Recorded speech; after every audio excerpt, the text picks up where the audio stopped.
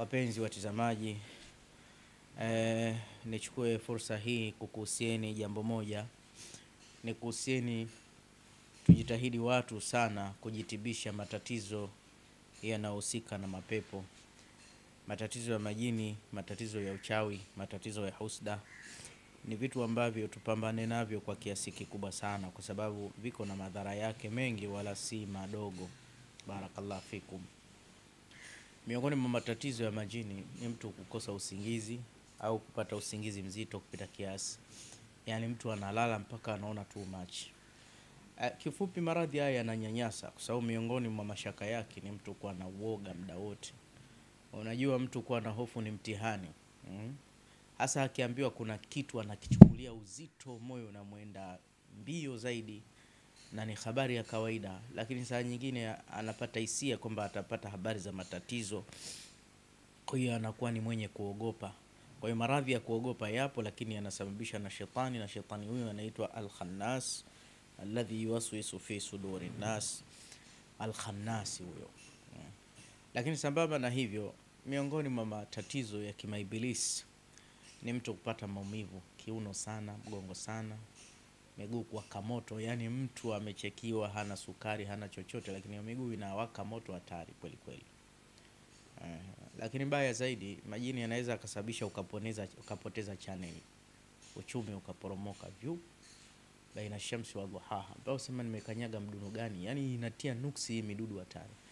Na washangaa wale wenzangu wanaosema, yani mtu anasema shekhe, nataka uje uniombee dua, namwambia hayo ni majini, njoo tuyatoe. Ananiuliza, uyatoe yote? Kwani hamna mazuri? Mazuri haingii kwako bwana. Jini mzuri wala hakuingii wewe. Na jini yoyote akikuingia, yani kama una itikadi ya kusema utafanikiwa, basi wako watu wengi sana wamefanikiwa kiuchumi na hawana hivyo vioja vya ajabu ajabu. Na wewe usikubali kushikamana na vitu kama hivi, ni mtihani tu basi khalas. Kwa hiyo heshimeni kuzijali afya zetu dhidi ya madudu kama haya, mashetani kama haya, ni kitu cha muhimu sana. Lakini pia kurogwa kuko. Kwa hiyo ni vizuri sana tukakaa na kinga za kidua na kinga za silaha. Miongoni mwa silaha ni mimea hii iliyokaushwa. Kuna baadhi ya miti sihitaji yote, kama mti wa mkunazi. Mkunazi yale majani yake ukiachukua mabichi yana harufu kali sana, harufu ya karaha. Yale ukiyatumia mfululizo yale, ujifukiza kwa maji ya moto, yanaondosha homa, lakini pia yanaondosha matatizo ya mashetani. Utaona katika dawa za kujifukiza yameandikwa sana.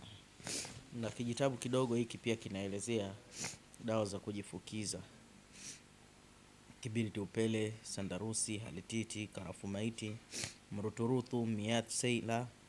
Hii miat seila pia mara nyingine watu wanatumia. Miat seila ni yale matumbo ya samaki.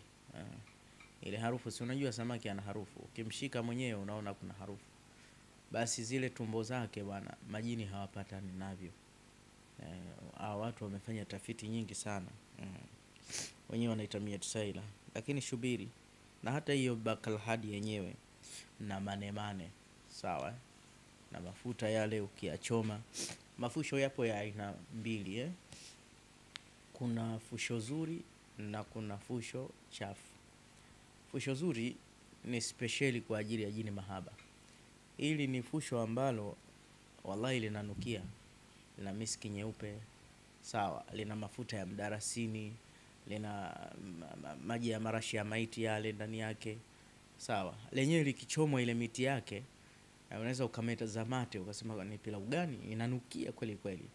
Lakini jini mahaba ndo mambo yake akai. Sio kila jini tu unapeleka. Utamfusha mtu akai sawa. Alafu kuna fusho chafu, yale majini machafu. Yani majini machafu ni yale majini machawi. Utajuaje una jini mchafu? Yani ndoto zako ukiwa unaota choo kichafu kama nini, alafu kama na kwamba umekanyaga umechafuka, haya ni majini machafu. Sasa hawa watu wanaotengeneza hizi bukhuri shari hizi, kuna mti bwana, mti jina lake baya, na mimi sipendi kutaja mambo haya ya karaha, lakini nautaja tu, unaitwa mavi mavi. Huo mti ukichomwa hapa, wanasema kuna watu wamejisaidia. Ukai wewe. Lakini ya ajabu. Sasa dawa kama hizi, kama mimi binafsi zishanishindaga, japo zinafaa kweli kweli. Sasa mimi nimetengeneza dawa ambayo iko automatical.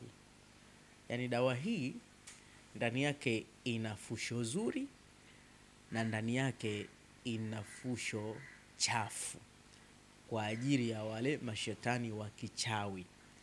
Sawa? Lakini mashetani wa kichawi ndani yake wanatumwa na uchawi unaitwa kisimo. Kisimo kwa kitaalamu ndo hasadi. Ukipigwa kisimo, yani wewe ni mtu wa kusukumwa sukumwa.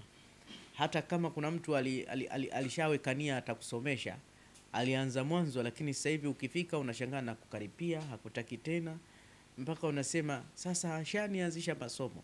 Tushafika level ya katikati, kuacha uwezi, kuendelea uwezi, familia yenu ukoo hauna uwezo, lakini aliniahidi mwenyewe kwamba alikuwa amejitolea kunisomesha. Sasa hivi niko nje, hata matumizi anitumii. Asema eleza kwa na haja filisika. Umechafuliwa, umetumiwa hayo mapepo hayo. Sasa kuna kitu kinaitwa ibtalu sihr. Ibtalu sihri. Ili fusho hili ni fusho muhimu sana. Unachoma kwenye makaa ya moto tu. Kuna wale ambao nyumba zao hazina hata watumii mkaa. Yako makaa speciali, nunua, weka kwenye kile kichetezo cha aludi, jifukize asubuhi na jioni, utakuwa mwepesi kwa uwezo wa Allah, utaenjoy. Wallahi utaenjoy na utafurahi sana. Hili linapatikana kwetu. Inshallah popote ulipo naweza tukakutumia. Sema nahitaji ibtalu sihr, na dawa zingine pia tunazo. Namba za simu zinapita hapo. Niseme assalamu alaikum warahmatullahi wabarakatuh.